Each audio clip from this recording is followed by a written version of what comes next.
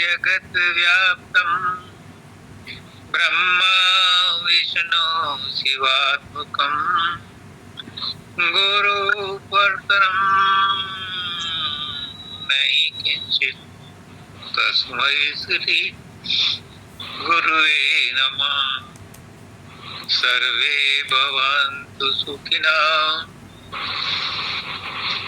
सर्वे सन्तु निरामयाः सर्वे भद्राणि पश्यन्तु मा कश्चित् दुःखभाग् भवेत्।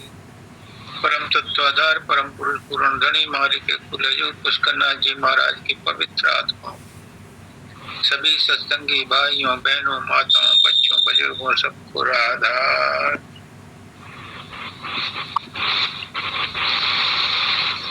आप सबको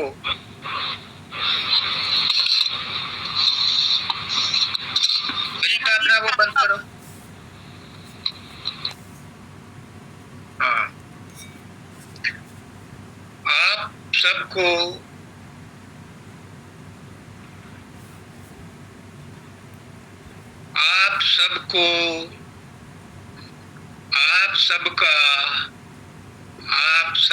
आप सबका जन्मदिन मुबारक।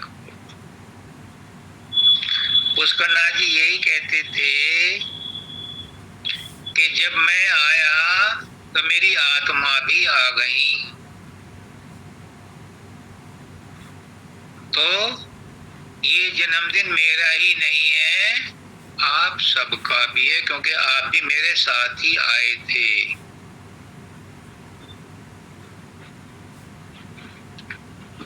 गुरु का जन्म नहीं होता, गुरु की मृत्यु नहीं होती। गुरु तो अजर अमर अविनाशी आत्मा है, परमात्मा है। इंग्लैंड में एक आदमी था, वो बहुत नुकसान में आया उसका बिजनेस, तो बहुत दुखी रहने लगा। घर वालों ने समझाया लेकिन उसकी समझ में नहीं आया। उसकी वाइफ ने क्या किया, काली पट्टी बांध ली। अब इंग्लैंड में काली पट्टी जब बांधते हैं जब किसी के यहाँ कोई गमी होती है, शोक होता है, तो उसने पूछा वाइफ से कि तुमने काली पट्टी बांधी है, क्या गम है, कौन मर गया? उसकी वाइफ बोली कि गॉड इज डेड। तो क्या उपवास करते हो, गॉड कैसे मर सकता है? तो उसकी वाइफ बोली अगर गॉड नहीं मर सकता तुम दुखी क्यों हो रहे, क्यों मुंह लटकाए बैठे हो, क्या मुसीबत आ गई तुम्हें? और उस आदमी की आंखें खुल गई। कहने का मतलब है कि God is immortal, Guru is immortal. देखो कितनी सच्चाई है। एक ही तारीख को जन्म लेना और उसी तारीख को चोला छोड़ना। एक तो जैनियों में महावीर जी हैं, एक दाता दयाल हैं, एक दो और भी होंगे। जब मैंने लिखा था तो होशियारपुर वाले मल्लन साहब ने भी कहा था कि उनका भी एक रिश्तेदार थे, बड़े पवित्र आत्मा थी, वो भी उसी दिन उन्होंने चोला धारण किया था, उसी दिन छोड़ा था। और एक मेरे पुष्करनाथ जी। क्यों? क्योंकि वो पवित्र आत्मा पैदाइशी संत थे, यानी पहले से ही संत थे। उन्होंने एक सत्संग में भी कहा था कि मैं पहले भी संत रह चुका हूं। क्यों आता है संत फिर बार बार? सतलोक से सत्य पुरुष उसको इसलिए भेजता है कि जो दुखी जीव है उन्हें चिता करके लाओ। तो पुष्करनाथ जी कहते थे, जब हम वापस जाते हैं संत लोग तो हमसे पूछता है, वो मालिक कितनों को चिताया। अगर कोई कहता है एक को चिताया तो उसने कहा ठीक है आराम करो, और वो कहता है कि नहीं चिताया किसी को भी, कोई नहीं चेत पाया, तो सत्पुरुष कहता है कि वापस जाओ। तो वो कहते थे पुष्करनाथ जी कि उनके आश्रम में उनका पोता जो था, जो इस जन्म में पोता था, एक भिक्षुक था उस समय जब वो संत थे, अपना डेरा चलाते थे। तो वो कुछ भिक्षा लाया और उन्होंने गुरु से छिपाई, तो गुरु जी ने उसे दुत्कार दिया था। उसका बदला लेने वो इस जन्म में उनके पास आया और 18 साल उन्होंने उसकी सेवा की। इसलिए पुष्करनाथ जी को दोबारा आना पड़ा था। अब की बार वो तुम्हें सबको चिता गए, अब की बार वापस नहीं आवे, तुम सबको चिता गए और लास्ट में मुझे सौंप गए कि संभालो इन्हें धीरे धीरे करके। तो मैं उनकी आज्ञा का ही पालन कर रहा हूं और वो खुद करवा रहे हैं, मैं कुछ नहीं कर रहा। मैं गुरु नहीं हूं और ना मैं बनना चाहता हूं। उन्होंने कई दफे ऑफर दिया मुझे, शब्दानंद जी ने भी दिया, उन्होंने भी दिया, मैंने मना कर दिया हाथ जोड़कर, मुझसे नहीं। क्यों? बाबा फकीर ने कहा था, शब्दानंद जी ने कहा था, मैं गुरुवाई पर पेशाब की धार नहीं, यानी गुरुवाई करना बहुत झंझट का काम है। हाँ, जिज्ञासुओं को ज्ञान देना आसान है और वो मैं करता रहूंगा। बाबा शब्दानंद जी ने भी यही कहा था, बाबा फकीर ने भी यही कहा था कि मैं ज्ञान दूंगा लेकिन गुरुवाई नहीं करूं। गुरु का काम करूंगा पर गुरु नहीं बनूंगा। तो पुष्करनाथ जी हमेशा कहते थे गुरु तो रवि पंडित जी हैं, मैं तो भरत हूं, उनकी खड़ाऊ लेकर के टाइम गैप अरेंजमेंट है, जब तक वो नहीं आते तब तक उनका काम कर रहा हूं। ऐसे महान संत आज की दुनिया में नहीं मिलते।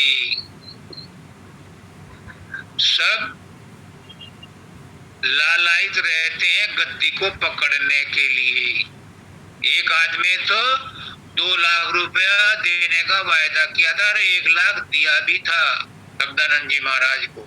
1 लाख अब ले लो, 1 लाख मुझे गुरु बनाने के बाद दे दूंगा तुम्हें, मुझे गुरु बना दो धाम का। जब शब्दानंद जी धाम से गए बलिया अपने लड़के के पास, दयाला के पास, तो पुष्करनाथ जी को बोल गए, भाई मैं उनका काम नहीं कर सका, उनके 1 लाख रुपया वापस कर देना। हजूर पुष्करनाथ जी ने वो 1 लाख रुपया उनके वापस करवा दिए थे और नरेश और नरेंद्र गए थे वो पैसा लेकर के उनको दे के आए। कहने का मतलब है कि गुरु इतना पाक साफ होता है। पुष्करनाथ जी इतने सरल और पाक साफ थे कि वो उस गुरुवाई से अटैच हुए ही नहीं, कभी काम करते थे गुरु का, लेकिन हमेशा कहते थे कि गुरु तो रवि पंडित ही है। अभी माता जी ने कहा कि पार जाना आसान नहीं है, बिल्कुल सही कहा। आ तो गए हम, लेकिन जाना आसान नहीं है। संसार के प्रलोभन हमें वापस नहीं जाने देते। अभी राधा ने भी यही कहा कि सब रिश्तेदार जबरदस्ती हमें यही खींच खींच करके रखते हैं, जाने नहीं देते। जाना बहुत मुश्किल है। पुष्करनाथ जी ने एक बार मुझे एक वो भेजा क्लिप, उसमें था कि एक आदमी रसा के बादशाह के पास पहुंचा और उसने कहा मुझे कुछ जमीन चाहिए अपना रोजगार करने के लिए, खेती करने। बादशाह ने कहा कल सुबह आना। अगले दिन जब गए तो वो बादशाह उस आदमी को लेकर के कहा कि इस मैदान में दौड़ लगाओ, शाम होने से पहले, सूरज छिपने से पहले जितनी देर दूर तक आप जमीन नाप के आ जाओगे वो तुम्हें दे दी जाएगी। अब वो लालच में फंस गया, खूब दौड़ लगाई, थक गया। अब उसको दिमाग में आया कि वापस भी लौटना है। जब उन्होंने लौटने की कोशिश करी तो लौटा नहीं गया, रास्ते में ही गिर के मर गया। जब राजा वहां पहुंचा तो उसने कहा इसको इतनी ही जमीन की जरूरत थी, आज हम क्या कर रहे हैं सब। पुष्करनाथ जी कहते हैं हम सब भी इस माया मोह में फंसे हुए हैं, जो कि हमारा धन है ही नहीं, जिसे हम कमाते हैं वो हमारे साथ जाता ही नहीं। जिन परिवार वालों की हम इतनी सेवा करते हैं जायज नाजायज कमाई से, वो परिवार वाले भी लेन देन के, अभी राधा ने बताया ऋणबंदी संसार है, लेन देन के लिए आए हुए हैं। जब उनका लेन देन खत्म हो जाता है तो फिर तू कौन और मैं कौन, कोई किसी का सगा नहीं है। यहाँ सगा सिर्फ एक ही है, सदगुरु नाम ठिकाना है, सिर्फ सदगुरु ही अपना है। सदगुरु को किसी से कोई लालच नहीं है, सदगुरु किसी से कोई उम्मीद नहीं रखता, सदगुरु किसी से कुछ नहीं चाहता। अगर सदगुरु में स्वार्थ है तो सिर्फ इतना ही, वो ये चाहता है कि सब मेरे जैसे हो जाएं। पुष्करनाथ जी आप लोगों को इतना प्यार करते थे, इतना प्यार करते थे कि हर कोई ये चाहता था, जानता था कि जितना मुझे प्यार करते हैं उतना किसी को नहीं करते, जबकि वो सबको इतना ही प्यार करते थे। वो कहते थे मुझसे प्यार करो, और वो खुद भी प्यार बहुत करते थे। वो प्यार की मूर्त थे, प्यार के अवतार थे, प्रेम के अवतार थे। मानव दयाल जी के हूबहू साक्षात ट्रू कॉपी थे। तो वो प्रेम जो उन्होंने दिया वो आप सबके अंदर धड़क रहा है, सबकी आंखों में लबालब दिखाई दे रहा है, सबके दिल में वही धड़क रहा है, सबकी आत्मा उसी में डूबी है, उनके प्रेम में। अब जैसे ने कहा कि मुझे कहने के लिए कोई शब्द नहीं मिला, कोई शब्द मेरी भावनाओं को व्यक्त करने के लिए उपयुक्त था ही नहीं। ये फैक्ट है कि हर एक की जो भावनाएं हैं वो इंडिविजुअल हैं, किसी के साथ मैच कर ही नहीं सकती। ये प्रेम का एहसास सबका अलग अलग है, वो प्रेम का एहसास किसी का एक जैसा हो ही नहीं सकता। गुरु जब प्रेम करता है तो जिन जिन से प्रेम करता है सबको ऐसा लगता है कि मुझसे ही प्रेम ज्यादा किया जा रहा है। जब कृष्ण भगवान ने रास लीला रची थी तो उसमें भी सब गोपी यही समझते थे कि वो मेरे ही साथ हैं। रामचंद्र जी जब अयोध्या लौटे तो अयोध्या वासियों से मिलने के लिए कितनी लंबी लाइन थी, कितने लोग उन्हें देखने आए थे, मिलने आए थे। तो उन्होंने भी एक से अनेक हो गए और सबसे इंडिविजुअली मिले। सबको ऐसा लगा कि वो उन्हीं से मिले हैं। तो पुष्करनाथ जी भी एक से अनेक होकर के आप सबसे प्रेम करते थे। क्यों?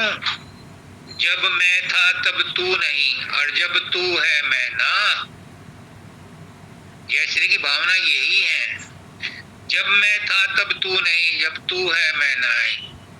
और प्रेम गली अति सांकरी तामे दोनों समाए। कैसे व्यक्त करे उस प्रेम को ये, क्योंकि ये और वो दोनों एक ही हैं। जब दो हों तो दूसरे का बात बताए कि ये ऐसा है वो वैसा है। जब दोनों एक ही हैं तो एक एक में कहाँ विचार, जहां मिलौनी तहां विचार। जब एक एक में होता है तो कोई विचार नहीं होता। जहाँ दो मिलन होता है, दो जुड़ते हैं, उनमें विचार हो सकता है, पर एक एक में कोई विचार नहीं हो सकता। जब ये जयश्री और वो एक हो गए, जब वंदिता और वो एक हो गए, जब राजेश और वो एक हो गए, जब माता जी और वो एक हो गए, जब राधा और वो एक हो गए, जब सरिता और वो एक हो गए, तो फिर दुई खत्म हो गई। और वही वो बार बार कहते थे, राजेश तू और मैं एक हैं। और वही राजेश आप सबको कहता है कि आप और मैं एक हैं। ये अनेकता ही भ्रम है, क्योंकि परमात्मा ने कहा था मैं एक से अनेक हो जाऊं। पुष्करनाथ जी ने कहा था कि जब मैं प्रकट हुआ तो आप भी मेरे साथ ही प्रकट हो गए, क्योंकि मैंने ही तो कहा था मैं एक से अनेक हो जाऊं। तो जिसका जन्मदिन मना रहे हो तो उसमें आप भी तो आ गए, क्योंकि आपको भी तो मैंने ही प्रकट किया था। इसलिए उनका जन्मदिन सबका जन्मदिन है। ये कहने का भाव था उनका। दूसरी बात कि हमें उस मालिक ने यहाँ क्यों भेजा, पुष्करनाथ जी ने हमें यहाँ क्यों भेजा। उसका जवाब है कि पुष्करनाथ जी तो बहुत प्यार करते थे और अभी भी करते हैं, लेकिन बच्चे को जब पढ़ाना होता है तो स्कूल में भर्ती करना पड़ता है। तो इसलिए उन्होंने भी संसार में हमें भर्ती कर दिया कि तुम संसार में जाके पढ़ो, और खुद आए चल के सतलोक से हमें ज्ञान देने के लिए, हमें चिताने के लिए कि तुम यहाँ पढ़ो, जो गुरु ने तुम्हें ज्ञान दिया है उसे अनुभव में लाओ, और फिर जब तुम्हारी पढ़ाई पूरी हो जाएगी तो मैं तुम्हें अपने पास बुला लूंगा। पुष्करनाथ जी ने मुझे और केदार जी को कहा कि तुम दोनों की पढ़ाई पूरी हो गई, अब तुम समय का इंतजार करो और मेरे पास आ जाओ। वंदिता को कहा कि समय का इंतजार करो और मेरे पास आ जाओ। जयश्री को भी यही कहा कि समय का इंतजार करो, मेरे पास आ जाओ। माता जी को भी यही कहा, समय का इंतजार करो और मेरे पास आ जाओ, तुम्हारी पढ़ाई पूरी हो गई। सरिता को भी यही कहा, सबको यही कहा। क्यों? क्योंकि आए थे वो ले जाने के लिए, लेकिन बहुत बड़ा लेकिन है, जितनी सांस है उनको तो यहाँ जितना कर्जा है वो तो चुका के जाना पड़ेगा, काल का कर्जा है वो देना पड़ेगा। इसलिए जितनी सांसें हैं उनका भुगतान करके तब जाना है। इसलिए उन्होंने कहा समय का इंतजार करो राजेश, तुझे सब कुछ दे दिया है, समय का इंतजार करो, समय पर अपने आप प्रकट होगा। सदगुरु दया का सागर है और प्रेम का सौदागर है। ये पुष्करनाथ जी के शब्द हैं। सदगुरु प्रेम का सौदागर है, वो सबसे प्रेम कर गए और इस प्रेम के बिजनेस में किसी को नुकसान नहीं होने देंगे। प्रेम में नुकसान होता ही नहीं। एक कहावत है,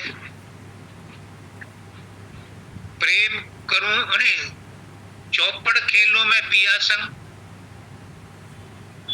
हार गई नहीं जीत गई तो पिया मेरे और हार गई तो मैं पिया संग। तो प्रेम में नुकसान होता ही नहीं, हारो या जीतो दोनों तरह से बाजी अपने हाथ में।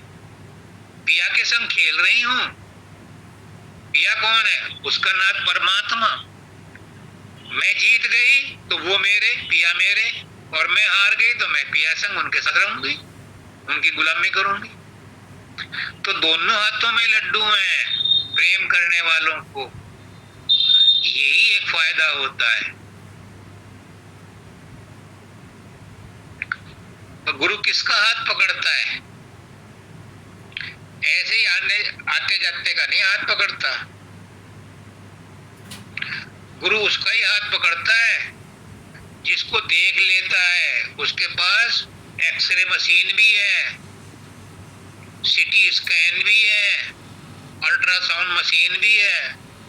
वो पहली मुलाकात में समझ लेता है कि हाँ, इसको तारा जा सकता है, इसलिए उसका हाथ पकड़ लेता, और जिसका हाथ पकड़ लेता है उसे छोड़ता नहीं। ये प्रीति है ग्वालियर वाली, इसका हाथ पकड़ लिया छोड़ेंगे नहीं।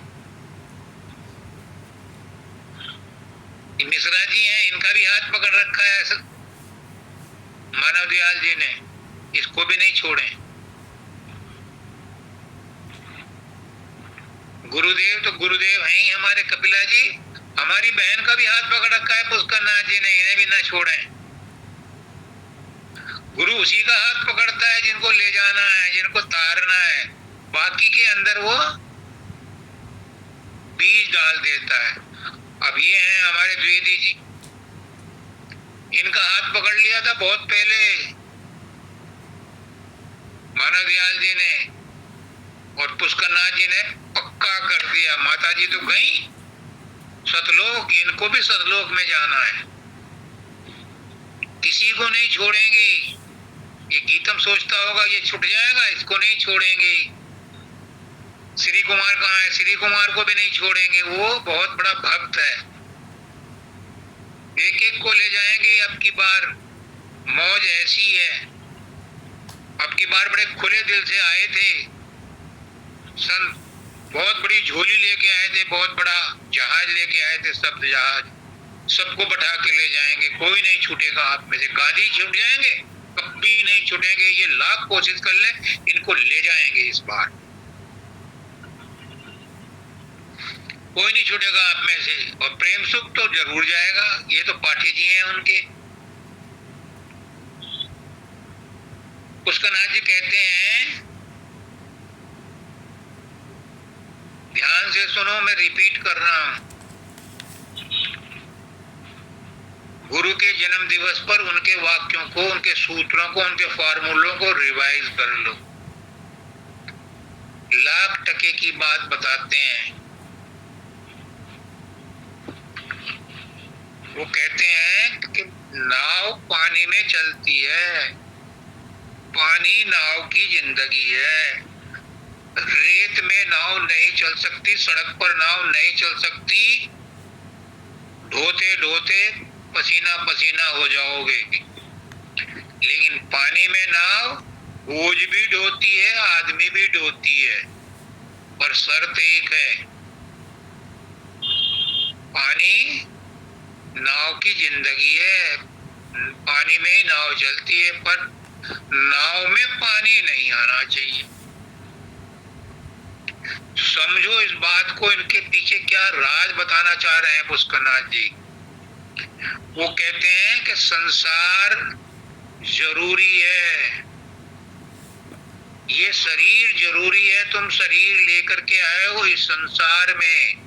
संसार समुद्र है और शरीर जरूरी है, क्योंकि बिना शरीर के मुक्ति नहीं मिलेगी किसी को।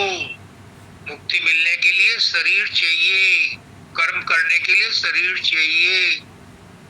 लेकिन इस शरीर में रहती हुई आत्मा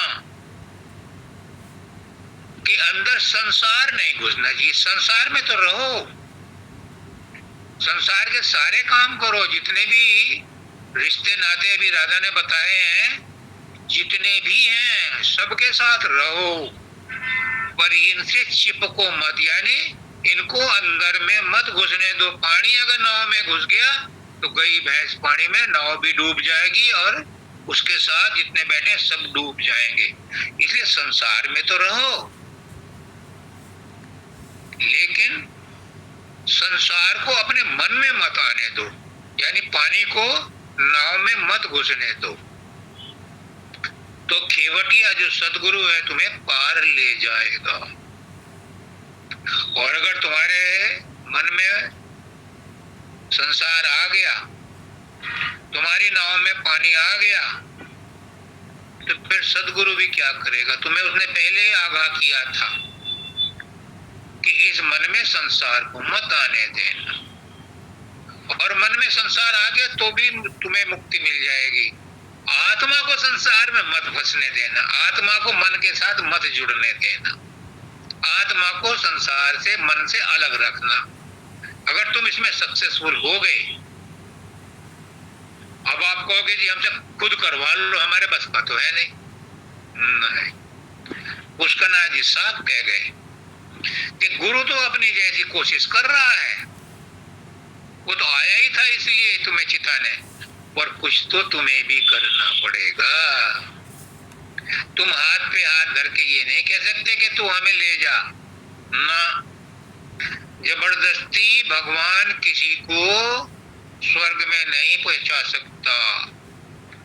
जबरदस्ती परमात्मा किसी के अंदर आके नहीं बैठ सकता। उसे तो खाली कमरा चाहिए, उसे तो साफ कमरा चाहिए, उसे तो खाली कुर्सी चाहिए। बाबा सदानंद जी कहते हैं कोई कोरी किताब आए तो मैं उस पर कुछ लिखूं, जो पहले ही भरी हुई है उस पर मैं क्या लिखूं। अब तुम कहोगे उसे रबर से मेड़ दो ना, ये काम नहीं, वो तुम्हें करना है, कुछ तो तुम भी करोगे। क्यों क्यों क्यों? मैं इसका रीजन बताता हूँ। क्योंकि गुरु ने मेरे नाम में जिम्मेदारी सौंपी है कि मैं इस बात को, मैं उन्होंने कहा कि मैं सत्संग में कभी कोई चीज कड़वी बात कह देता हूँ और तुम्हारे मन में प्रश्न उठते होंगे, तो वो प्रश्न राजेश उनका जवाब देगा, मैं जवाब देता हूँ।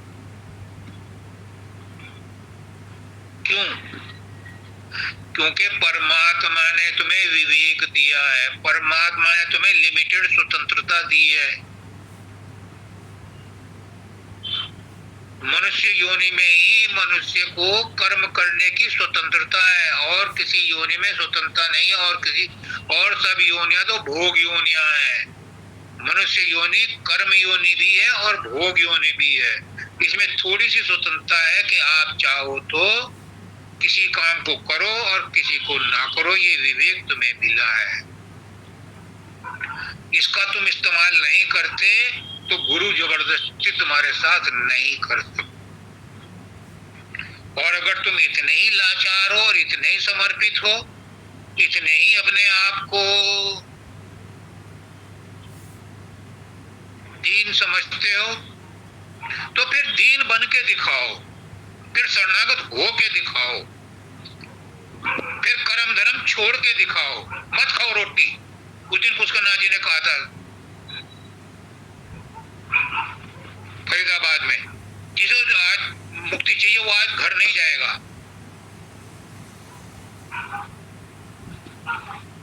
अगर तुम्हें मुक्ति चाहिए और तुम कहते मुझसे कुछ नहीं होता, तो सरेंडर करके तो दिखाओ। क्यों फिर गए करते हो और क्यों तुम अपने अहंकार बीच में लाते हो? ये बातों का बुलाव नहीं है। अभी द्विवेदी जी ने कहा कि वो डांट भी लगाता है। मैं डांट नहीं लगा रहा, मैं सच्चाई बता रहा हूं कि अगर तुम कुछ नहीं कर सकते तो कुछ मत करो, फिर कुछ भी मत करो। फिर क्यों करते हो अहंकार?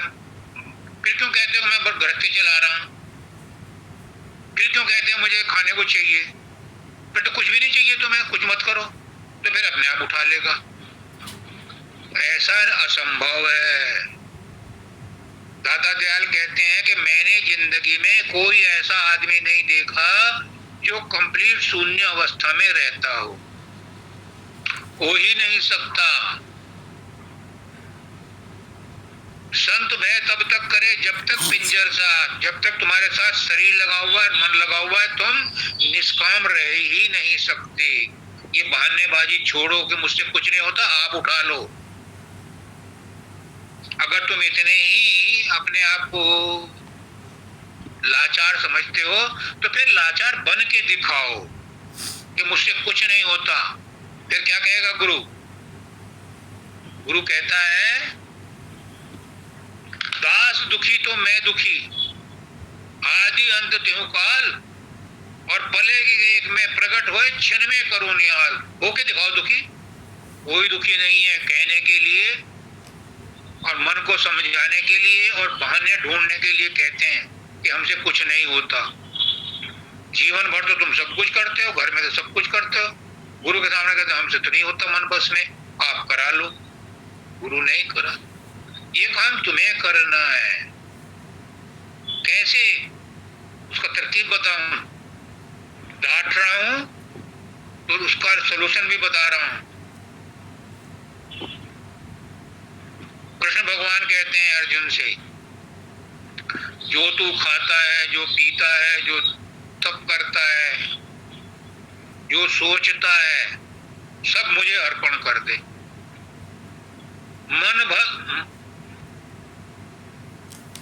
मन मना भव मद भक्तो मद्याजी माम नमस्कुरु, मेरा भक्त हो जा, मुझे मन दे दे, मेरे मन वाला हो जा, मुझे नमस्कार कर दे, मैं तुझे सब पापों से मुक्त कर दूंगा।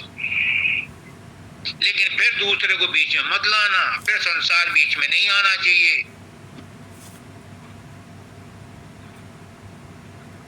तुम चाहो कि गुरु को भी राजी कर लें और संसार से भी राजी रहें, या तो गुरु को राजी करो या संसार को राजी करो, दोनों राजी नहीं हो सकते साथ साथ। दो नाव में पैर रख करके नहीं चल सकती।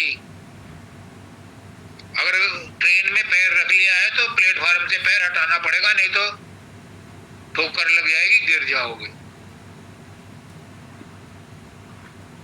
गुरु तो सब कुछ करा लेगा, पर तुम लाचार होके तो दिखाओ। सिर्फ एक काम के लिए लाचार होते हो कि मन बस में नहीं आता, इसे तुम संभाल लो। अरे तो और काम भी तुम कर रहे हो, वो कैसे कर रहे हो?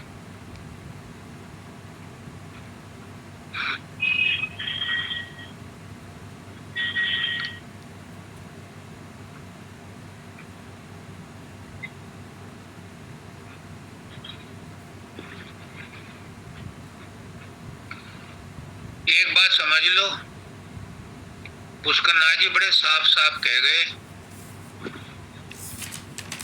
और वही मैं रिपीट कर रहा हूं। हम इस संसार के नियम तोड़ते हैं, हम रोज गलतियां करते हैं, कभी गुरु से उनकी माफी नहीं मांगते। आज आई थी वंदिता माफी मांगने, मैंने कहा कि मैंने कल के सत्संग में भी यही कहा था, आज तक की गलतियां माफ हैं। पुष्करनाथ जी कहते हैं कि गुरु तुम्हारी कर्मों की टोकरी रोज खाली करता है, कई बार खाली कर चुका है, तो मुझे दोबारा भरते हो, दोबारा भरते हो, तो कब तक करेगा? मुझे भी लिख कर भेजा उन्होंने मैसेज कि राजे तेरी कितनी गलतियां माफ करूं।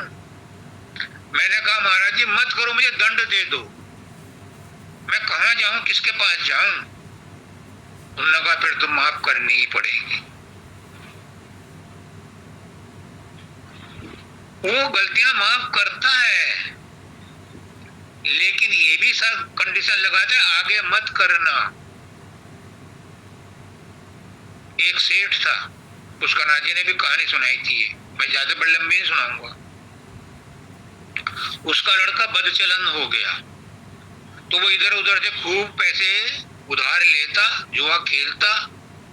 सब लोगों को यकीन था बाप तो इसका पैसे वाला, मिल ही जाएंगे, तो सारे आदमी एक दिन इकट्ठा होके आ गए। अब सेठ को जो है अपनी रेपुटेशन का ध्यान था, तो उसने सबका पैसा चुकता कर दिया, पर लड़के को सामने खड़े करके कह दिया आज तक का तो पैसा तेरा मैंने चुकता कर दिया, ये सब समझ लो, सब सुन लो, अगर कल को तू इनसे उधार लेगा, किसी को उधारी करेगा, मैं किसी का पैसा नहीं चुकता करूंगा, आज तक का तो कर दिया। यही पुष्करनाथ जी कह के चले गए। अब तक के तो तुम्हारी गलतियां माफ हो गई, अब तक जो तुमने नियम तोड़े वो तो माफ हो गए, लेकिन अब से तो सुधर जाओ, अब तो गलतियां मत करो, आगे को तो मत करो।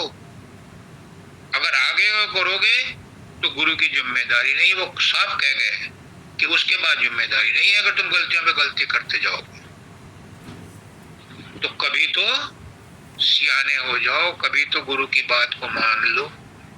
गुरु ने तो कह दिया कि तुम्हारा आखिरी जन्म है, तुम्हें मुक्ति मिल जाएगी, लेकिन तुम अगर गलतियों पे गलती करते जाओगे तो जरूरी नहीं है कि वो आशीर्वाद इसी जन्म में फलित हो। पता नहीं कितने जन्म और लेने पड़े, वो आशीर्वाद तो फलित होगा, क्योंकि गुरु का आशीर्वाद है। लेकिन इस जन्म को तुमने बर्बाद कर दिया, तो इस जन्म में ना मिली तो किसी और जन्म में मुक्ति मिलेगी। अब ये तुम्हारे ऊपर बात है कि तुम इसी जन्म में उसे खींच लाओ या उसका टाइम बढ़ा दो। गुरु ने तो आशीर्वाद दिया, वो तो फलित होगा। पर उसने ये कहा है कि तुम्हारा तो आखिरी जन्म है, तुम्हें तो मुक्ति मिलेगी। पर ये तो नहीं कहा कि तुम गलतियों पे गलती करे जाओ और मैं उसको इग्नोर करूं। अच्छा, वो कहते हैं मैं तो माफ कर दूंगा। एक और मजे की बात, वो तो कह रहे हैं मैं तो माफ कर दूंगा, मैंने तुम्हें आशीर्वाद दे दिया, ब्लैंकेट सर्टिफिकेट दे दिया, लेकिन इस संसार का ठाकुर है काल। जब तक उसका कर्जा नहीं चुकाओगे वो तुम्हें यहां से जाने नहीं देगा।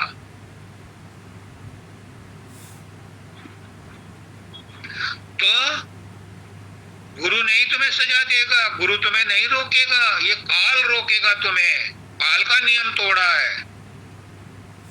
इसलिए तोबा तोबा करके कहता हूं, सबसे रिक्वेस्ट करता हूं, इस काल के नियम को मत तोड़ो, क्योंकि ये नहीं, इसके यहाँ कोई गुंजाइश नहीं है माफी की।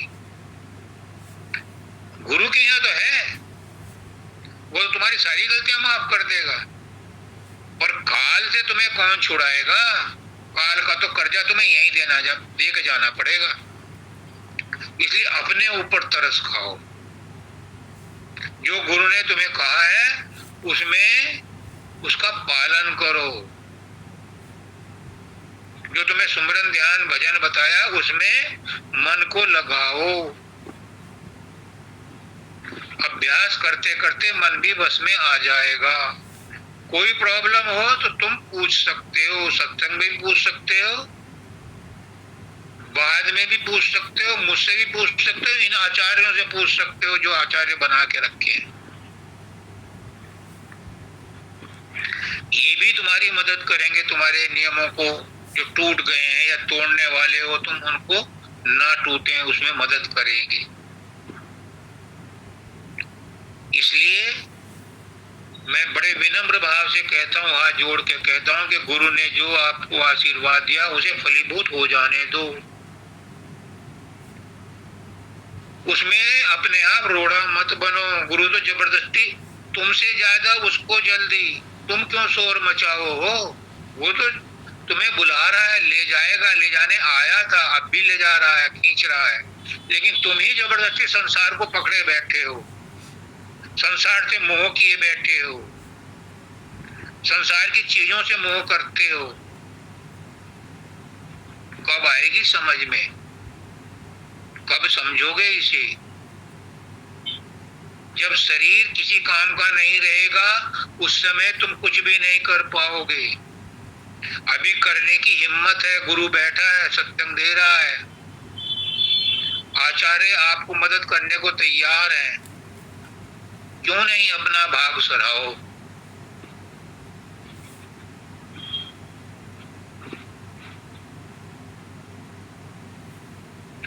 ये मालिक का डिवाइन प्ले है जिसमें मैं भी बकबक कर रहा हूं और गुरु ही करवा रहा है। आज उनके जन्मदिन पर वो खुद इस बात को रिपीट करवा रहे हैं कि मेरी बातें लोग भूल गए,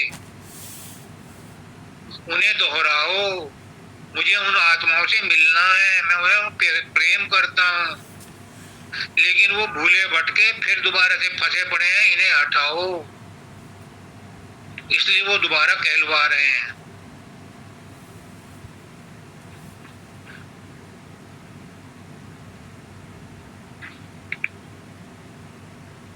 ये करने का भेद है, नहीं बुद्धि विचार। और बुद्धि छोड़ करनी करो तब पाओ कुछ सार। क्या सार पाओगे करने से? कथनी छोड़ करनी करो, क्या मिलेगा करने से? करनी करने से रहनी में आ जाओगे। कौन सी रहनी बता दूं? अब तक तुम्हें नहीं पता, गुरुजी का कहलवा रहे हैं कि रहनी में आ जाओगे करनी करोगे तो। और करनी क्या होती है? जो गुरु कहे वही करनी है। जो गुरु की आज्ञा में रह करके कर्म करता है वो करनी है, उसका कर्म नहीं बनता, उसका फल नहीं भोगना पड़ता। जो गुरु आज्ञा में तुम कर्म करते हो उसका फल नहीं भोगना पड़ता। फिर उससे रहनी आ जाती है। क्या है कि रहनी आती है? बताओ। गुरु जी कह रहे हैं छुपाऊंगा नहीं। मन रहने लगता है, मन में रहनी आ जाती है, मन की रहनी हो जाती है। जिस मन से तुम परेशान हो वो मन गुरु में रहने लगता है। उस पर गुरु के संस्कार अंकित हो जाते हैं। मन भी मन की रहनी हो जाती है वैसी जैसी के गुरु चाहता है। करनी करने से होगी रहनी, यानी मन की रहनी हो जाएगी, मन वैसा ही रहने लगेगा, मन में वही संस्कार पड़ जाएंगे, मन की वैसी आदत हो जाएगी।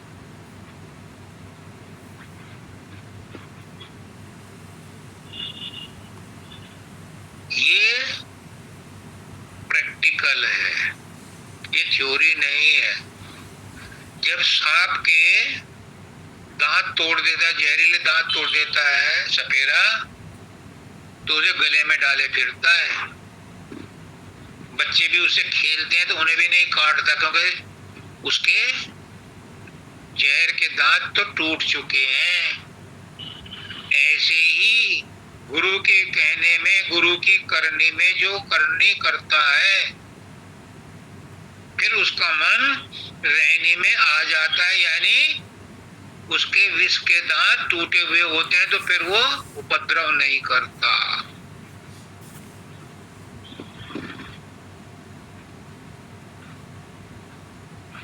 ये समझने की बात है, ये करने की बात है, इसमें रहने की बात है। ये बातों का बुलाव नहीं है।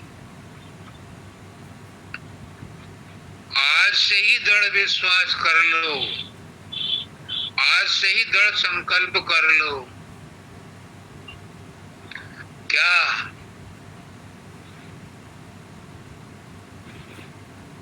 जो करी है गुरु करी है, गुरु जो करी है भला करी है। अगर इसी पॉइंट पर चलोगे तो देखो माता जी जो है चौथी अवस्था में पहुंच गई। इसी लाइन को याद करते, इसी पर चलते चलते, लाइन याद नहीं करना, इस पर चलना है, इस पर रहना है। पहुंच गई आपके सामने चौथी अवस्था में। जो करी है गुरु करी है, गुरु जो करी है भला करी है। और ये 100% सच है। जो भी कर रहा है मालिक की मौत से हो रहा है। ये तो प्रारब्ध कर्म है जो प्रकृति अपने आप करवा रही है, तुम कुछ नहीं कर रहे। इसलिए कह रहे हैं जो करी है गुरु करी है, तुम कुछ नहीं कर रहे। जो कर रहा है वो गुरु कर रहा है। मान लो, तुम अपने आप को मान रहे हो कि मैंने किया है। अगर तुम में से एक भी मुझे कहता ना अभी कि आप कौन सी कहनी रहनी और कौन सी कथनी की बात कर रहे हो, हमारे अंदर तो सब कुछ गुरु ही कर रहा है, गुरु ही रह रहा है, तो अभी उसका मैं सर्टिफिकेट साइन कर देता।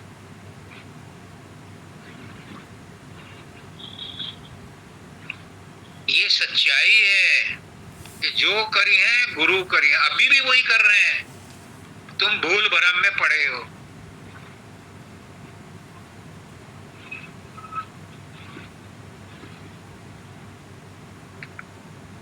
भूल में कैसे पड़े भरमे हुए सब लोग हैं।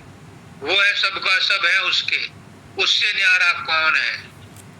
भूल में कैसे पड़े भरमे हुए सब। क्यों भूल भरम में पड़े हो? तुम कुछ नहीं कर रहे। मान लो कि जो करी है गुरु करी है, गुरु जो करी है भला करी। जो हो रहा है उसकी मौत से हो रहा है, जो हो गया उसकी मौत से हो गया, जो होगा उसकी मौत। और उसकी मौज कभी गलत करती नहीं। काल क्या करेगा उसके सामने? जिस पर सतगुरु की मोहर लग जाती है, काल उसे नहीं रोकता, कंधे पे बैठा करके पार ले जाता है। काल डरता है सतगुरु से, लेकिन जिन पर सतगुरु की मोहर नहीं लगी उन्हें वो अपने कब्जे से छोड़ना नहीं चाहता। क्यों? जब वो सतलोक नहीं जा सकता तो वो ये चाहता है कि कोई भी जीव सतलोक ना जाए। उसे सतपुरुष ने फटकार लगा रखी है, तू सतलोक नहीं आ सकता। तो उसके बाद जो जीव है उनको वो रोके हुए, मैं इनको भी नहीं जाने देने का। पर जिस पर जीव पर सतगुरु की ठप्पा लग गया, पुष्करनाथ जी ने जिन जिन लोगों का हाथ पकड़ लिया उन्हें काल नहीं रोकेगा। पर तुम अगर भ्रम में और अज्ञान में फिर संसार में चिपके रहे, गुरु जी बार बार कहते थे पुष्करनाथ जी, संसार से मत चिपको, संसार की सेवा करो, परिवार की सेवा करो, बच्चों की सेवा करो, सारे काम करो, टीवी खरीदो, कार खरीदो, मकान खरीदो, सब कुछ करो, पर चिपको मत। अगर चिपकोगे तुम तो फिर उसकी कोई जिम्मेदारी नहीं, तुम चिपके रह जाओगे। काल इस बात का फायदा उठाता है कि ये चिपक गया भाई, ये इसके ऊपर से वो एक चीज और पुष्करनाथ जी की चलते चलते बता दूं बस। वो बार बार कहते थे, आन उपासक कृतगन तरे न नाम रट।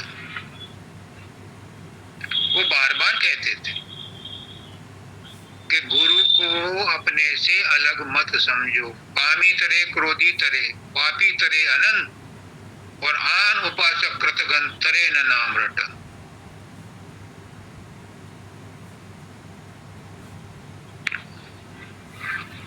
आप कितने भी कामी हो, कितने भी क्रोधी हो, कितने भी लालची हो, कितने ही पापी हो, गुरु के दरबार में कोई पापी नहीं है, कोई कामी नहीं है, कोई क्रोधी नहीं है, कोई लोभी नहीं है, कोई लालची नहीं है। गुरु के दरबार में सब आत्माएं उसकी अपनी हैं, उसके अपने बच्चे हैं।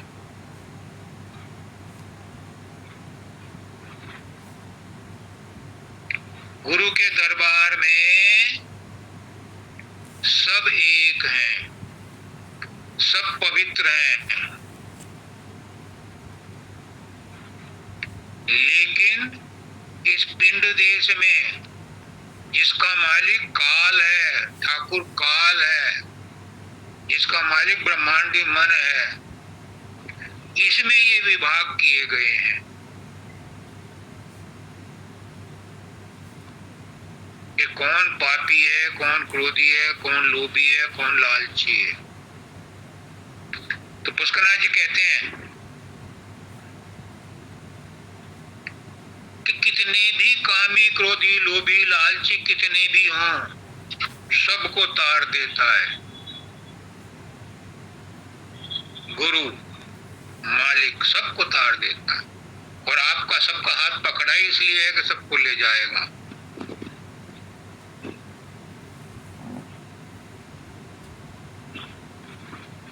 लेकिन जो गुरु को अपने से दूसरा समझता है, गैर समझता है,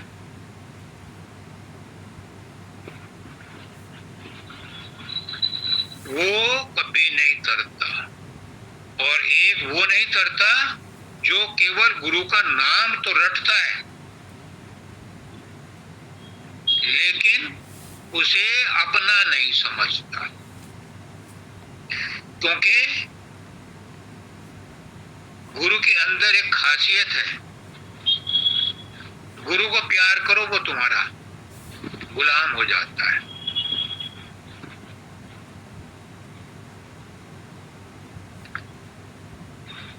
गुरु से प्रेम करो, गुरु तुम्हारे इशारों पर नाचेगा। गोपियां कहती हैं कृष्ण से, लल्ला हम तुझे छाछ देंगे, नाच। और वो नाचते हैं क्योंकि वो प्रेम का रिश्ता है, प्रेम में नाचते हैं। छाछ की कमी है उनके यहाँ? उनके यहाँ गाँवों की कमी थी? प्रेम में नाचते थे, प्रेम में भगवान भक्त का गुलाम हो जाता है। हम भक्तन के भक्त हमारे, ये कौन सा रिश्ता है? ये प्रेम का रिश्ता है। ये प्रेम की बात है उद्धव। यहाँ सिर दे के होते हैं सौदे, आस की इतनी सस्ती नहीं है। प्रेम में सिर दे के सौदे होते हैं। अगर इस मार्ग में शीश देना पड़े तो भी सस्ता जान। प्रेम में दो रहते ही नहीं, प्रेम में एक ही रहता है, क्योंकि प्रेम करने वाला प्रेमी में ही समा जाता है। भक्त भगवान के अंदर ही समा जाता है, वो दो रहते ही नहीं। जैसे उसने कहा था जयश्री ने कि मैं उनको के बारे में क्या कहूं, कहोगी तो जब जब वो और तुम दो होगे, जब प्रेम में एक हो गए, दो रहे नहीं, तो कौन किसके बारे में क्या कहे। ज्ञानी तो आखिरी टाइम तक कहता रहेगा ज्ञान के बारे में, लेकिन प्रेमी में इतनी हिम्मत नहीं है कि वो कुछ कहे, क्योंकि उसका अपना कुछ रहा ही नहीं। उसका तो सब कुछ प्रियतम में समा गया, उसे तो अपनी होश ही नहीं है। कृष्ण भगवान पहुंचते हैं विदुर जी के घर, विदुरानी नहा रही है। उन्होंने कहा मैं कृष्ण हूं, दरवाजा खोलो। वो खोल दिया, उसने यही नहीं देखा कि कपड़े भी पहने के नहीं, और लगी छिलके खिलाने केले के, गूदा नीचे फेंक दिया। सबरी ने देखा ही नहीं, झूठे भेद रखे थे संभाल के, हाँ ये मीठा है, उन्हीं को खिला रही हैं और वो बड़े प्रेम से खा रहे हैं। ये प्रेम की बात है। जब ऐसा प्रेम होगा तो ये कर्म धर्म सब खत्म, ये साधन अभ्यास सुमरन ध्यान सब खत्म। उसका नाथ जी ने कौन सा तुम्हें कहा तो कर्म धर्म करने को और सुमरन ध्यान करने को, तो कहते मुझसे प्रेम करो, सब करनी मैं आप कराऊं, मैं अपने आप करा लूंगा जो मुझे कराना होगा, और तुम्हें धुरपद धाम भी ले जाऊंगा। बस तुम चिंता करनी छोड़ो, प्रेम सुख चिंता करनी छोड़ो और मुझसे प्रेम करो। तुमरी चिंता मैं मन राखे, तू अचिंत रहे धरो प्यारा। तुम अचिंत रहो और गुरु से प्रेम करो, तो कुछ करने की जरूरत नहीं। और यही कृष्ण भगवान कहते हैं, मन मना भव मद भक्तो मद्याजी माम नमस्कुरु। और 18 अध्याय के 65वें श्लोक में कहते हैं,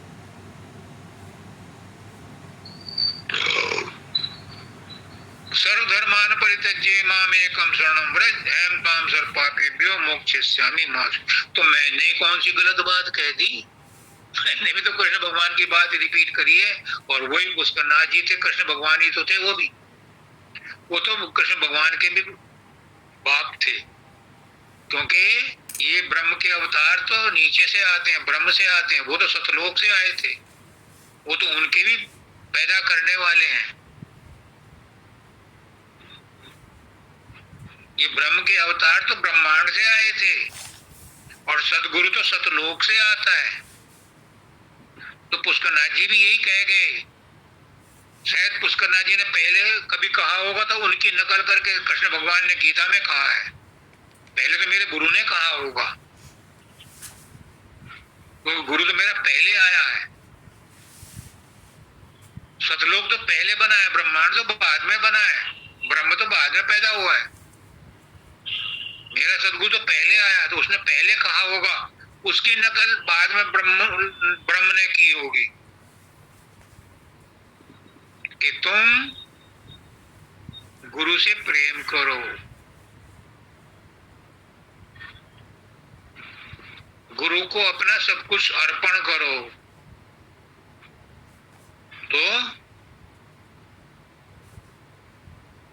गुरु तुम्हें अपने पास बुला लेगा, खींच लेगा। और यही बात देखो मालिक की मौत कैसा संयोग है। स्वामी जी महाराज कहते हैं कि जब सूरत शब्द के सम्मुख आती है, जो सूरत शब्द योग कर रहे हैं उनके लिए है कि जब सूरत शब्द के सम्मुख आती है तो शब्द में इतनी आकर्षण शक्ति है कि वो सूरत को खींच के अपने अंदर गड़प कर लेता है। जिसे बाबा फकीर कहते हैं मैं गुम हो जाता हूं, तो शब्द खुद खींच लेता है। और तुलसीदास जी क्या कहते हैं, सन्मुख हो जीव मोहि जबहि, कोटि अग नासहि तबहि। जब मेरे सम्मुख आएगा जीव तो मैं उसे कोटि जन्मों के पाप उसके क्षण में दूर कर दूंगा। तो पुष्करनाथ जी भी वही कह रहे हैं कि उनके सम्मुख तो आओ, सूरत शब्द के सम्मुख तो आए, वो तो खींच लेंगे। अब सम्मुख तो आना तुम्हें ही पड़ेगा। कौन आएगा सम्मुख? देखो एक और नुक्ते की बात बताते हैं गुरुदेव, कहीं किताबों में नहीं मिलेगा, ये गुरुदेव के वचन है। क्या कि सम्मुख कौन आएगा? सम्मुख आएगा मन, क्योंकि मन ही प्रपंच कर रहा है। जब मन सम्मुख आएगा गुरु के तो क्या हो जाएगा? जब मन सम्मुख आएगा गुरु के क्या हो जाएगा? जब मन पहुंचेगा त्रिकुटी में तो क्या हो जाएगा? इन सब चीजों को जोड़ो। जब मन सम्मुख आएगा गुरु के, जब मन सम्मुख आएगा त्रिकुटी में, क्या होगा? मन शांत हो जाएगा और आत्मा उसके चंगुल से निकल के शून्य में जाएगी। सन्मुख होए जीव मोहि जबहि, जैसे ही मन सम्मुख होगा, शरीर के सम्मुख होने से नहीं काम चलेगा, मन जब सम्मुख होगा, क्योंकि उपद्रव कौन कर रहा है? उद्दंड कौन है? मन। जब ये सम्मुख होएगा तो शब्द इसे अपने आप खींच लेगा। इसीलिए सूरत और मन दोनों शब्द का अभ्यास करते हैं, तब वो त्रिकुटी में पहुंचते हैं। उसके बाद मन त्रिकुटी में रह जाता है और सूरत शून्य में पहुंचती है और वहां से 10वां द्वार निकल जाती है। बस फिर वो काल का खाजा नहीं बनती। हालांकि मुक्ति में अभी उसे समय लगेगा, पर महाशून्य में पहुंच के काल का, मन का, कर्म का कोई प्रभाव उस पर नहीं पड़ता। फिर वो उसमें भंवर गुफा में जाकर के सतलोक में पहुंच जाती है। वो काम गुरु करता है, उस काम में गुरु पक्की मदद करता है। वहां तुम्हारी असमर्थता या समर्थता का सवाल पैदा नहीं होता, वहां फिर गुरु की मर्जी पर होता है। एक गुरु ने दूसरा ले जाएगा, गुरु तो एक ही है। अभी माता जी ने कहा गुरु एक अनादि अनंत मां, गुरु ले जाएगा। तो आज पुष्करनाथ जी के बारे में बहुत कुछ कह दिया। आप लोग बड़े भावुक भी हो, अधिकारी हो, इसलिए आज उन्होंने अपने इस विशेष अवसर पर, विशेष सत्संग में, विशेष आदेश दिलवाया है कि आप सब जिस तरह से भी हो, जैसे भी हो,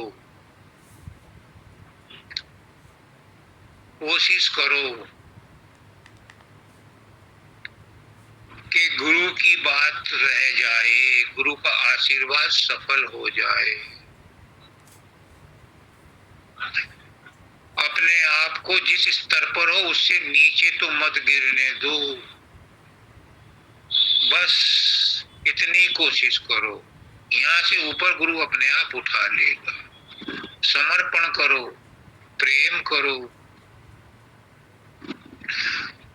पुकारो, दीन होकर के पुकारो कि दाता तेरे सिवा मेरा कोई नहीं है, मुझे उबारो, मुझे उठाओ।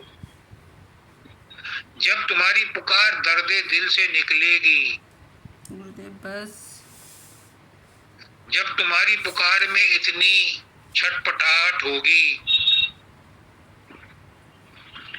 तो वो नंगे पैर आता है। ये आज की नहीं, पुरानी कहानी तुमने सुनी होगी कि गरुड़ छोड़ धाये भगवान, गरुड़ छोड़ के भी भागे। कृष्ण भगवान खाना खाते हुए खाने को छोड़ करके निवाला भी मुंह तक नहीं गया और दौड़ करके बाहर अपने भक्त को बचाने पहुंचे। हाथी जब उसने ग्रह ने पानी में डुबोने की कोशिश की और उसने वो परमात्मा को याद किया, तो वो गरुड़ छोड़ कर आए उसे बचाने के लिए। कृष्ण भगवान आए जब द्रौपदी ने पुकारी लगाई, मेरी लाज तेरे हाथ, मेरी लाज तेरे हाथ, मेरी लाज तेरे हाथ, तो कृष्ण भगवान आए और इतना अंबार लगा दिया साड़ी का उसको कि दुशासन खींचता खींचता हार गया। पुकार में दम होना चाहिए, पुकार में इतनी छटपटाहट होनी चाहिए कि वो मजबूर हो जाए, सब काम छोड़ के आ जाए। दास दुखी तो मैं दुखी, आदि अंत त्यों काल, और पलक एक में प्रकट हो, क्षण में करूं निहाल। वो उसका कमिटमेंट आज भी है, आजमा के देख लो।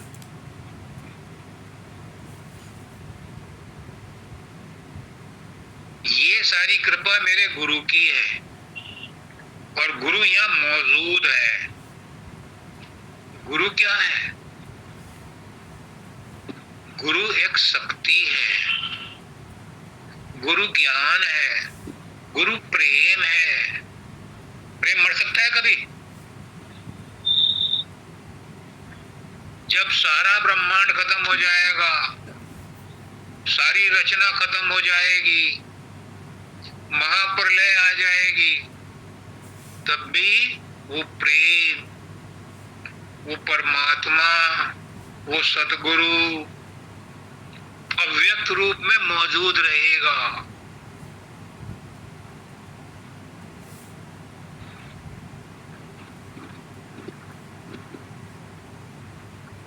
जहां कहीं कुछ नहीं है वहां भी वही मौजूद है, वहां अव्यक्त रूप में।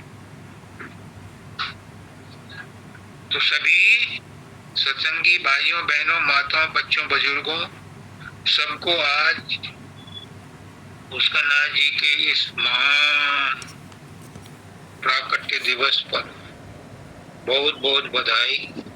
उनका आशीर्वाद से आप सब इसी जन्म में अपने निधाम सतलोक को पहुंच जाओ, ये मेरी प्रार्थना है, ये मेरी विनती है, ये मेरी अरदास है, यही मेरा प्रयास है। सबको राधा।